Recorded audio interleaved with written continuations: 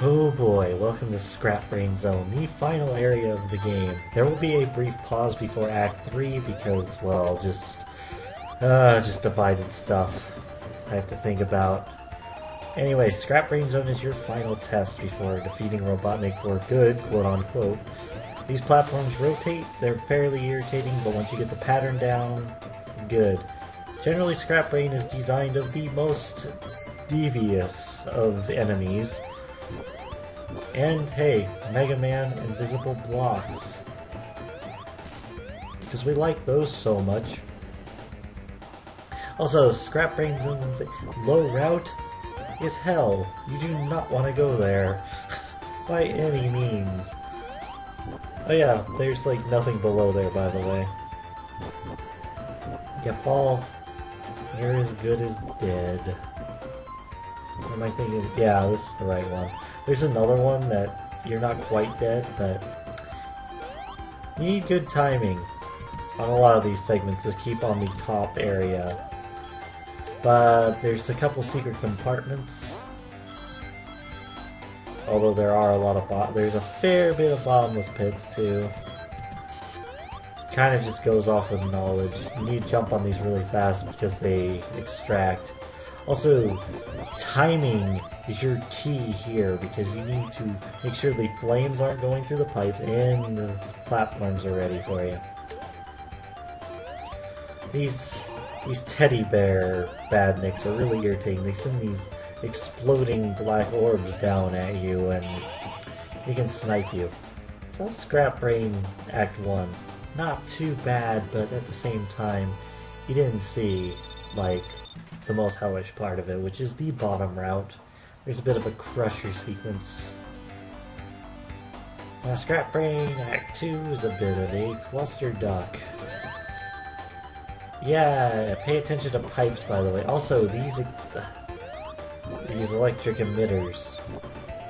The best way to go around those if you want to go the top route is not to run on them, it's to roll on them. I totally forgot this for the playthrough itself, but then I remembered watching the credits, and then it was like, oh yeah, you're supposed to roll on these.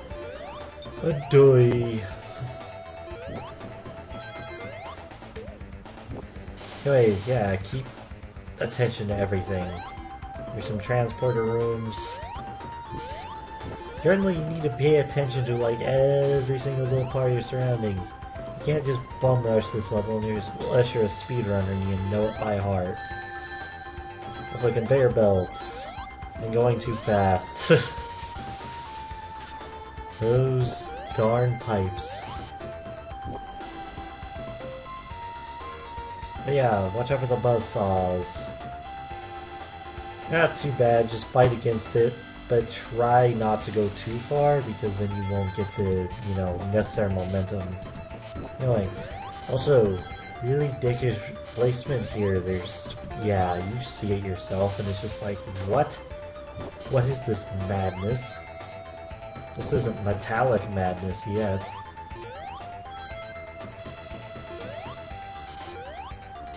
So yeah, buzzsaw in the bottom. Yeah, this zone just wants you dead, by the way. Yeah, don't know if you noticed it yet, but this zone just wants you 100% roadkill, dead, hedgehog, crusher, by the way. Enemies from Starlight Zone that are really annoying. At this point, I wouldn't be against just tanking it with rings and just running the heck through everything. Because, ooh. Make sure you get your rings back if you decide to do that route.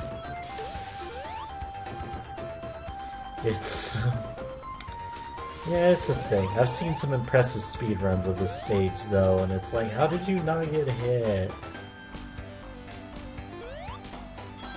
I mean, I can stay relatively unscathed in, like, Death Egg Zone and Sonic 3 and Knuckles, but it's a little more relaxed than this stage. So yeah, look before you leap. That was the first 2 acts down. There's more of a hell to come, though. One moment. Alright. It's time to... Wait, are we fighting the final boss already? No. Oh dear viewers. Welcome to Act 4 of Labyrinth Zone. Yuji Naka is a madman, I swear. I swear. But yeah, welcome to basically a fourth act of Labyrinth Zone, because it is pretty much even harder than Act 3. Here's purple water. I wonder if this is where Chemical Plant was inspired from. Anyways, gotta keep your guard up at all times. They do give you quite a few rings. I will give them that credit, but...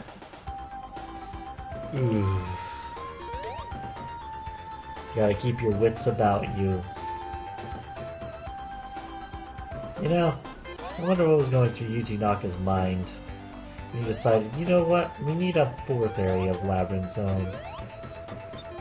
And it's just like, who okayed that? Who greenlit that? Probably himself. But you know, I guess it's a good final challenge, but...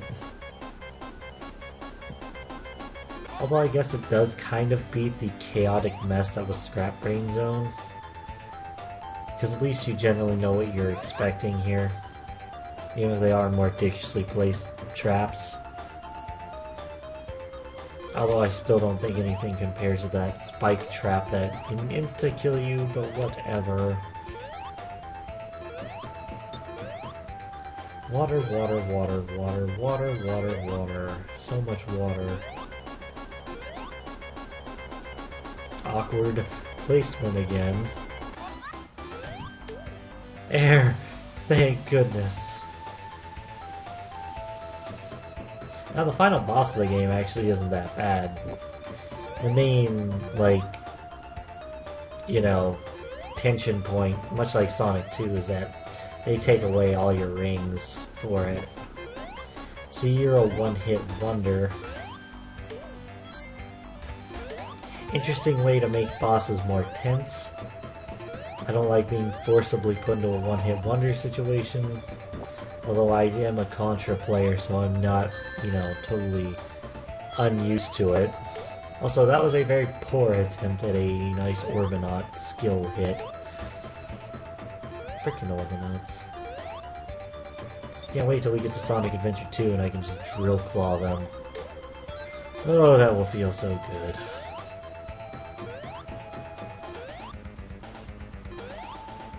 More switches all over the place.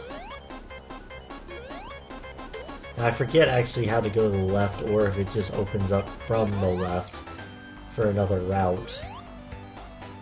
I'm afraid I don't remember enough of the Sonic 1 to tell you that. We have kind of a climbing up section, kind of similar to the Eggman chase, but yeah, spike ball placements. Okay. Now we're at the final zone, aka the final boss, and you see we have 0 rings. Now, the trick is, Eggman will come out one of these 4 crushers, avoid the crushers, and hit him. That is the main gimmick of this. He's usually randomized, he'll usually stay in the same one if you don't hit him though. Now these electric balls are pretty slow, and they're also pretty easy to avoid. Overall, as I said, this boss isn't like hard. It's just kind of a patience game. Also, the hitboxes on the electric balls are kind of wonky at times. If you're a little too close, you know, it looks like you're out of its way, it'll kind of still get you. As I said, I don't know the exact hitbox, just make sure you're not in it. Generally, going all the way to the right is a good way to stay safe. All the way to the left is kind of harder because, you know, Eggman can't actually crush you over there. But yeah, this is all the last boss is, folks. It's very monotonous and quite honestly simple if you compare it to like Labyrinth Zone's Escape. It's time to get you, Eggman. Pow! Pow, pow, pow, pow, pow, pow, pow. And with that, we have completed Sonic the Hedgehog 1. honestly, replaying the game made me realize, like, more of its faults, but also made me appreciate it a bit more. I haven't played Sonic 1 in about 5 years. Also, this is the ending you get. You get all the Chaos Emeralds, all the flowers. And also, one of my favorite things of the old Sonic games is the credits, like, medleys of all the stage themes put together. And that was, like, one of my favorite things with Generations, is that they actually brought that back. You know Mania is gonna have that, and heck, Mania hype is part of the reason I'm doing this. Hope you guys are also enjoying my Fire Emblem runs, unless that's not your cup of tea, but then you can wait for more platformers. Because I'll be doing Sonic CD and Sonic 2 and Sonic 3 and Knuckles at the very least sometime in the near future, I hope. Provided I can get a good recording session going. Also probably be doing an old other Genesis favorite of mine. Is Mickey and Donald's World of Illusions. It's a very short game, but it's very fun. If I had a second player to net play or something with, I'd show off the entire game. Because if you have second player, it actually becomes a fair bit of a longer game. But Mickey and Donald both have their own kind of path. But enough about that. Let's talk about, you know, Sonic as a whole. I generally really love the classic games, but I'm also a lot... I don't think the 3D games are generally overall that bad, aside from, like, Sega Rings and the obvious 06 and maybe Boom. Well, yeah, Boom. But I think people give, like, most of them too bad of a rep these days, especially the adventure games, because they were, like, the first 3D Sonic games. It's like, cut them some slack. I know Heroes was, like, mediocre, and Shadow was kind of hit and miss for people, but, you know, they slowly but surely learned. And we'll continue the classic series, and I'll continue this conversation another time. I'm Jedi Supersonic, and, well, I hope you enjoyed. See you next time.